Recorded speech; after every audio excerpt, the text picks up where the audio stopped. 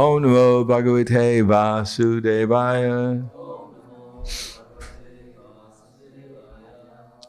Srimad Bhagavatam, Canto 7, Chapter 3, Hiranyakashipu's plans to become immortal, beginning with text 17. Shri Brahma Uvacha,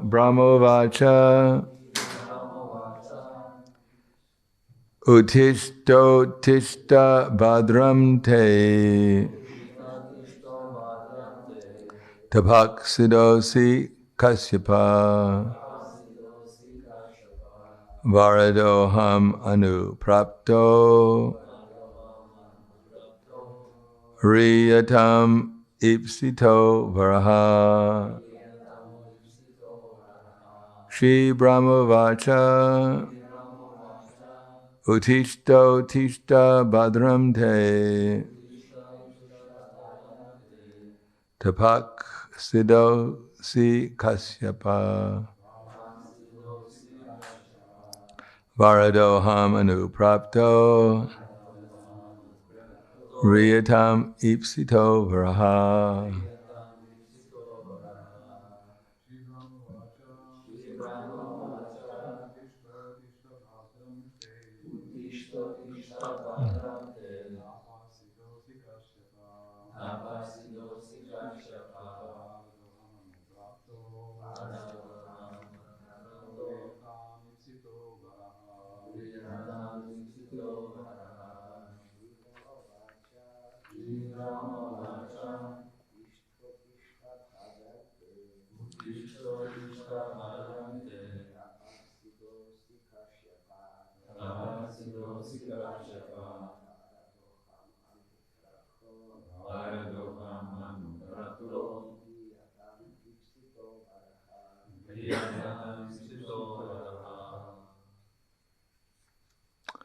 Janske.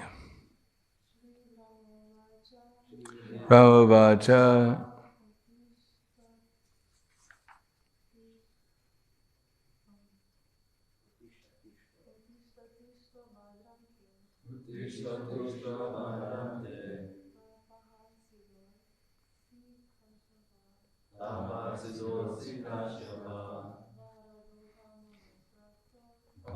Adana Nutrasto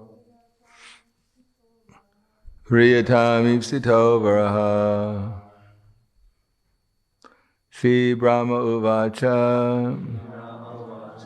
Lord Brahma said, Utishta, please get up. Utishta, get up. Badram, good fortune. Te, unto you. Tapasiddha, perfect in executing austerities. Asi, you are. Kashyapa, O son of Kashyapa. Varada, the giver of benediction. Aham, I. Anuprapta, arrived. Riyatam, let it be submitted. Ipsita, desired. Varaha, benediction. Translation and purport by His Divine Grace, A.C. Bhaktivedanta Swami Srila Prabhupada. Lord Brahma said, O son of Kashyapa Muni, please get up, please get up. O good fortune unto you. You are now perfect in the performance of your austerities, therefore I may give you a benediction. You may now ask from me whatever you desire, and I shall try to fulfill your wish. Purport. Srila Madhvacharya quotes from the Skanda Purana, which says that Hiranyakashipu, having become a devotee of Lord Brahma, who is known as Hiranyagarbha, and having undergone a severe austerity to please him, is also known as Hiranyaka. Rakshasas and demons worship various demigods such as Lord Brahma and Lord Shiva just to take the post of these demigods. This we have already explained in previous verses. Text 18. I've been very much astonished to see your endurance. In spite of being eaten and bitten by all kinds of worms and ants, you are keeping your life air circulating within your bones. Certainly this is wonderful. Purport. It appears that the soul can exist even through the bones, as shown by the personal example of Hiranyakashipu. When even great yogis are in samadhi, even then, when their bodies are buried and the skin, marrow, bones, and so on have all been eaten, if only their bones remain, they can exist in a transcendental position.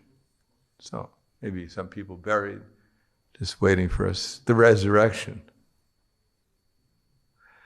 But I don't think very many people who are buried or gone through the yoga process. Very recently, an archaeologist published findings indicating that Lord Jesus Christ, after being buried, was exhumed, and that he went to Kashmir. There have been many actual examples of yogis being buried in trance and exhumed alive and in good condition several hours later. A yogi can keep himself alive in a transcendental state, even if buried not only for many days, but for many years. Many years. Namo Vishnu Padaya Krishna Prasthaya Bhutale Srimate Bhaktivedanta Swami Namane Namaste Saraswatunde Gauravani Pacharane Nirvishesha Srinivadi Paskyadyade Satarne. Well, this is what the whole material world is about, staying alive. If you can stay alive, then you're successful. And if you can stay alive for more years than everyone else, then you're the best. You've made it. Not exactly what you do is emphasized here, but the fact that you can do something into many, many years. Prabhupada gives the Bhagavatam, says, do the bellows of the blacksmiths not breathe?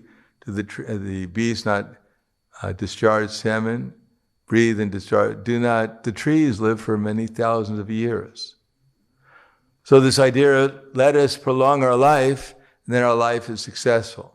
That if you're old, like sometimes they go around, and they find out who's the oldest person, and you see their body, it's all shriveled up, they can hardly talk, but they're successful because they're still here.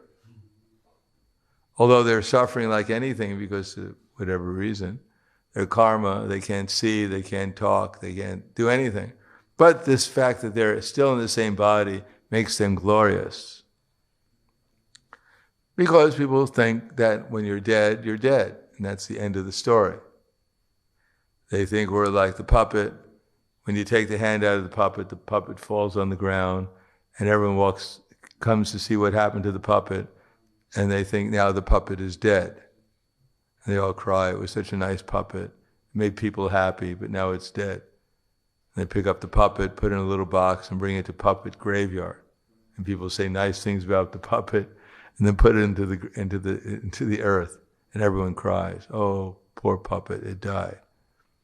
But the puppet didn't die, because the puppet was never alive. Something that was never alive can't die.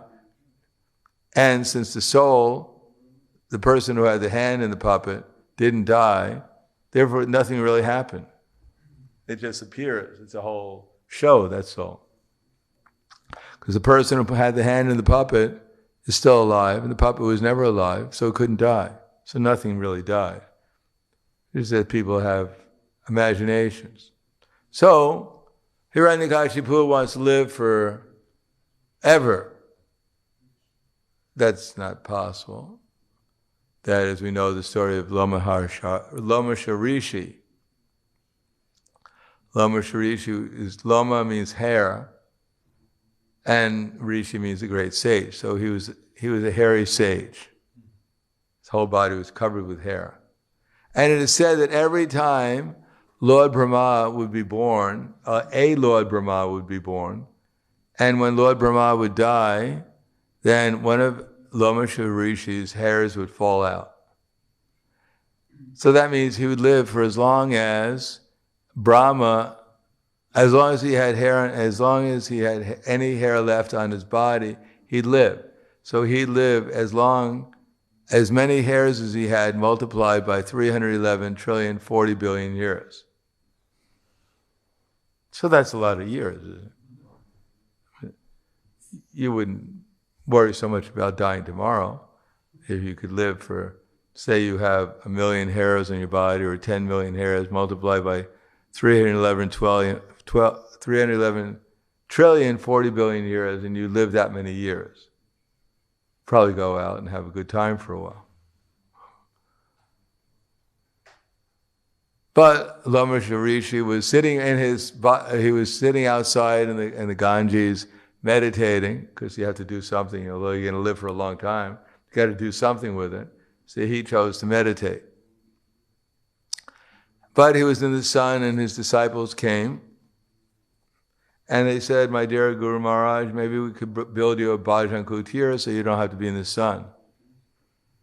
And his response was, "Oh, why bother?" He said, "I'm only going to be alive for a short period of time." And we're imagining we're here for a long, long, long time. We have plenty of time, don't worry. We'll take up Krishna consciousness seriously, maybe 20 years from now. Because we're going to live practically forever. We will live forever, but certainly not in this body. Although that was the ambition, not only Hiranyakashipu, but everyone. Some people will take it more seriously, and instead of trying to enjoy material senses in this present body, they want to enjoy by living for a long, long time. In other words, they think if I can live for a long time, then I won't be in anxiety about dying. But in order to live for a long time, you have to go through great austerities. And by the time you're done with that austerity, then who knows how much longer you're going to live. Be able to control your breath so that sometimes they bury people into the ground, yogis, and take them out of the ground after some time. So yes, that's a fact that you're living longer because you're breath control. But what are you doing while you're in the ground? What are you accomplishing? You're certainly not spreading Krishna consciousness. So austerity is good, but austerity, as it says, what is that verse? That if, as a result of austerities, if you don't remember Krishna, then it's a waste of...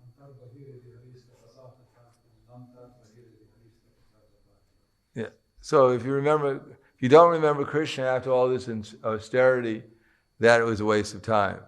And if you remember Krishna, then what's the use of austerity? It's also a waste of time. One has to become convinced about that. Of course, in this age, most of us aren't really that fixed on following austerities.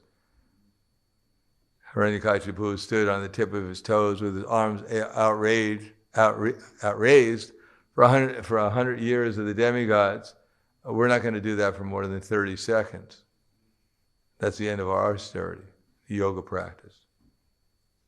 Still, we should be convinced that the purpose of all this austerity, if it's going to be fruitful, is to help us remember Krishna. So such austerity will be helpful if it actually helps fix our mind upon Krishna. And if after all this austerity we forget Krishna and we try to enjoy on the material platform, then we've just wasted all that austerity. We find the example of, I forget the name of that yogi, in Bhaktivinoda Thakur, when he was the magistrate, what is that?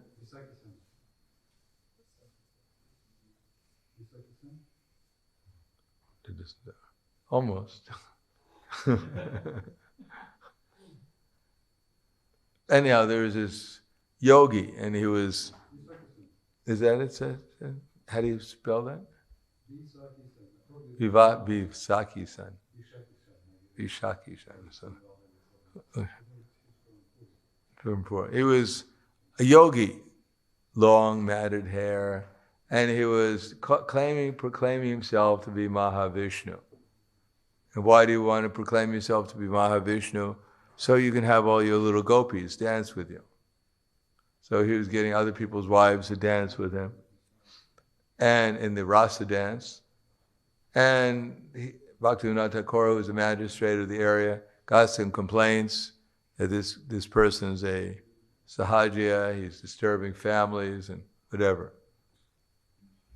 So he took some policemen and went to arrest him for being a false incarnation, because he was proclaiming himself Mahavishnu and he was going to overthrow the government.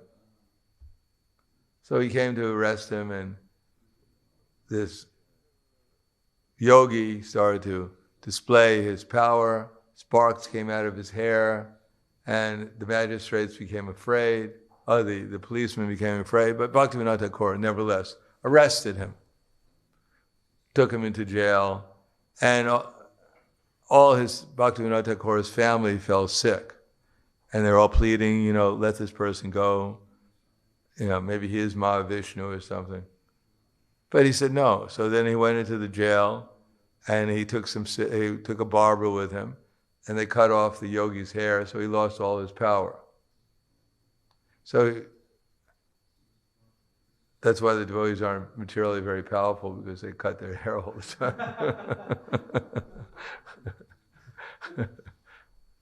Which is good, because Srila Bhaktisiddhanta Saraswati Prabhupada, when he had a number of disciples, there is Chandra, what was his name, who was the revolutionary, Chandra Bose. He came to Srila Bhaktisiddhanta Saraswati Prabhupada, and he said, give me your men, I want them for the revolution against the British. And Bhaktisiddhanta Saraswati Prabhupada's answer was, but my men are all weak, they're useless for you. You need people who are strong. Look at these people. They cut the hair all the time, they have no strength. Even that's in the Bible, actually. Samson, when Delilah cut off Samson's hair, then he became weak, and they were able to arrest him.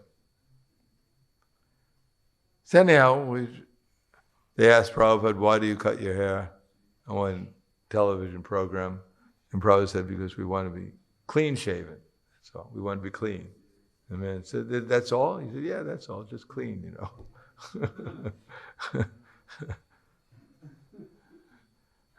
One reporter asked Prabhupada, lady reporter, she said, well, why do you people shave your heads?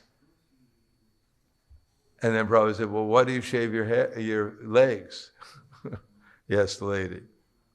So Prabhupada said, better have a cool head and warm legs.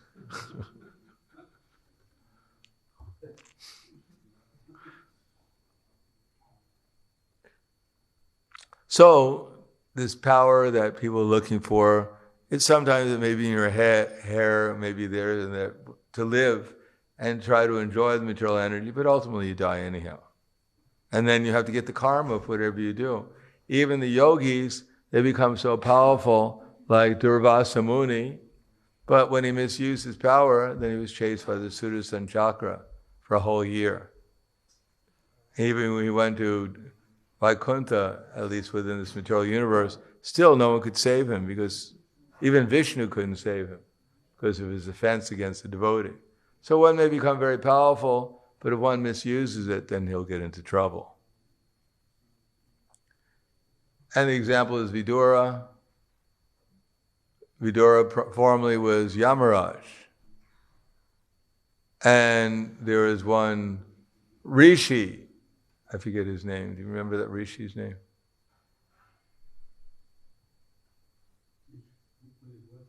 He was the one who was, he pierced an ant through its rectum with a Manduka Muni.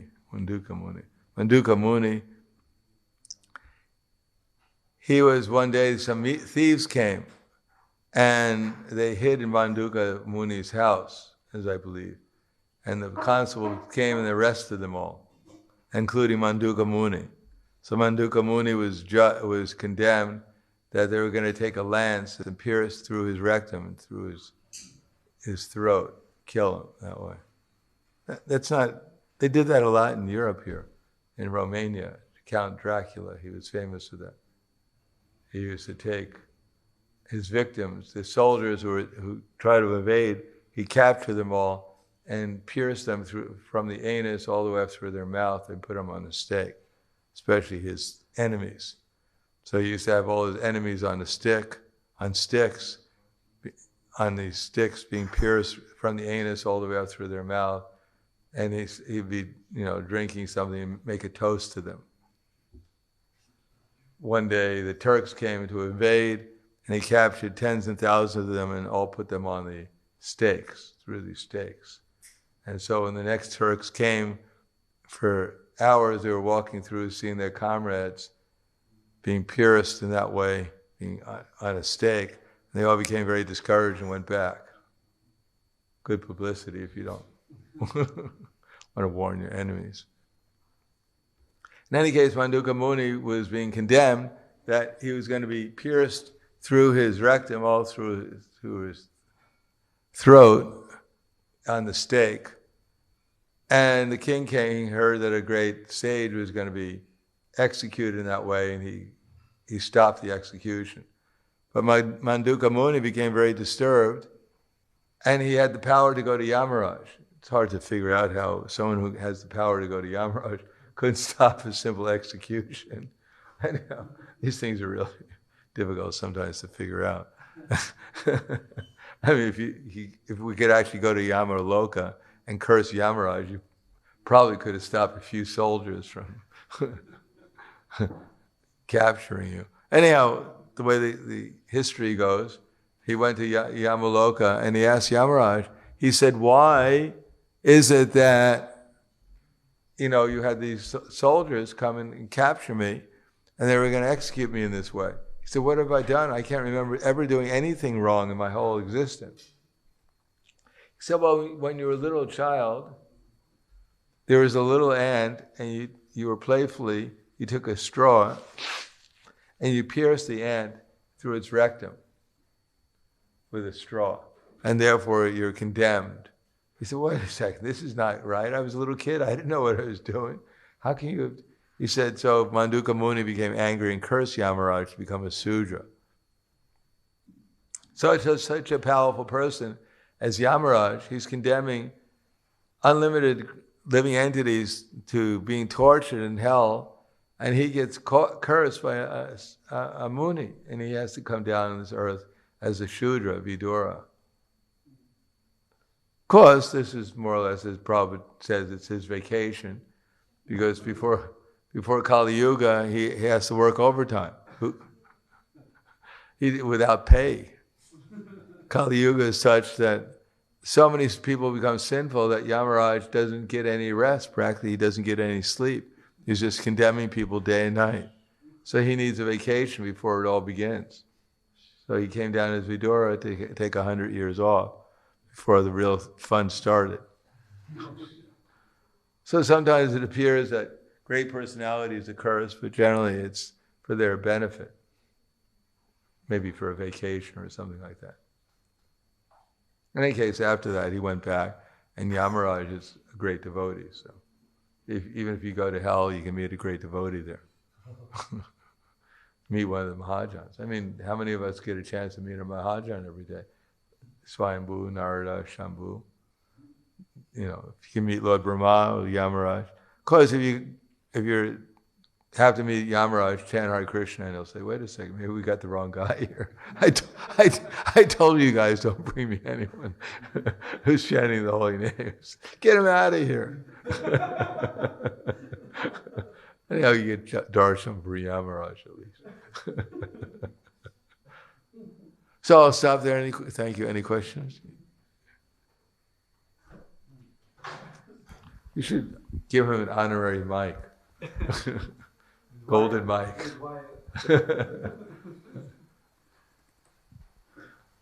I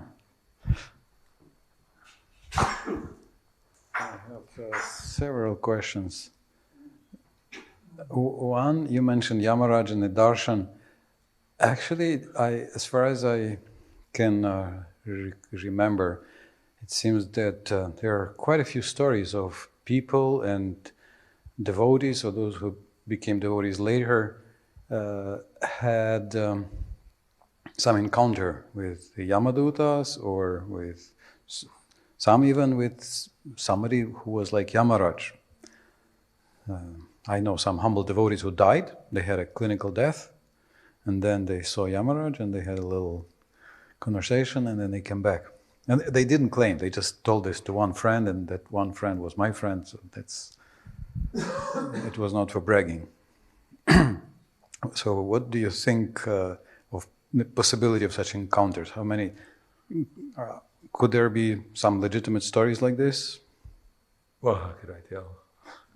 Whatever I say, how are you going to check it out? Confirm it or deny it? Just your opinion. Is it all... Because like that... There's endless possibilities in this universe. Generally the Bhagavatam can't, or our scriptures can't go over every detail, so anything's possible. But hopefully when they came back, they became more serious about devotional service. Yeah. So that's all that counts, really. Yeah. But, yes? You wanted to say something else? Yeah, at the end of the day, it's whoever you meet, if you start remembering Krishna, then it's auspicious.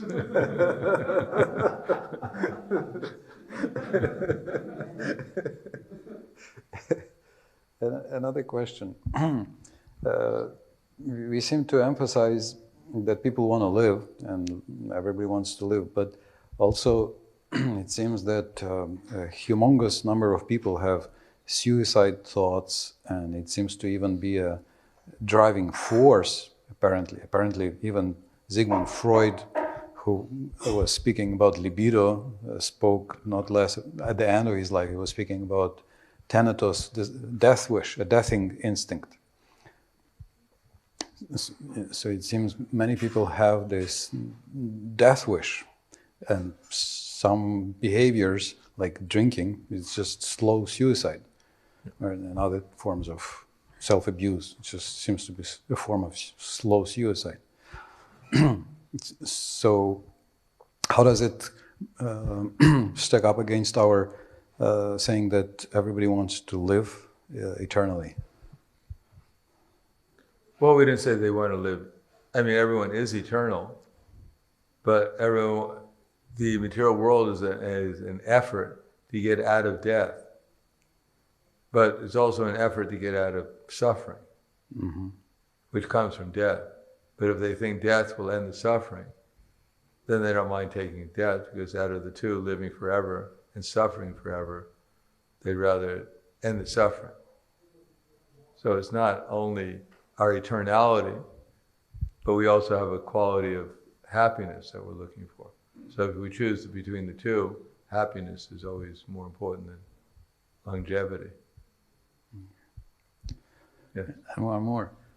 It seems Krishna doesn't have a suicide option on the table for the soul. It seems the soul cannot switch off and Close enough. If you merge into the Vaitarani river, you're getting there pretty close to it. Pradhana. What's that? Pradhana, ocean of Pradhana. Yeah. You're pretty much asleep. When you go to sleep at night, we're pretty much dead. Close as you can get. Deep sleep, supti. Small death. Yeah. Anyhow, but the soul actually wants to enjoy. So it can't remain dead forever. It's going to look around for something for enjoyment eventually. Yes. This purport mentions resurrection, or how did Prabhupada put it? About mentions even that exhumed. About being buried and exhumed. So that brings up another topic. Why don't we use miracles for preaching? Go ahead.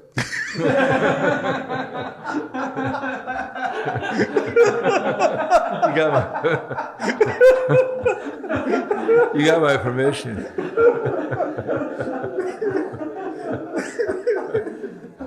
Anyhow, as Prabhupada said, They asked Prabhupada, can you show us the mystic power? And then Prabhupada pointed to his disciples. He said, this is my mystic power. So these were all drug-addicted hippies. They knew nothing about God, and now they're all Vaishnavas and dancing like jubilant peacocks. That's my mystic power. Convert a drug-addicted hippie into a lover of God. That's the greatest mystic power. But if you can do something like walk on water or something, I'll take a picture and show it on. We'll put it on YouTube.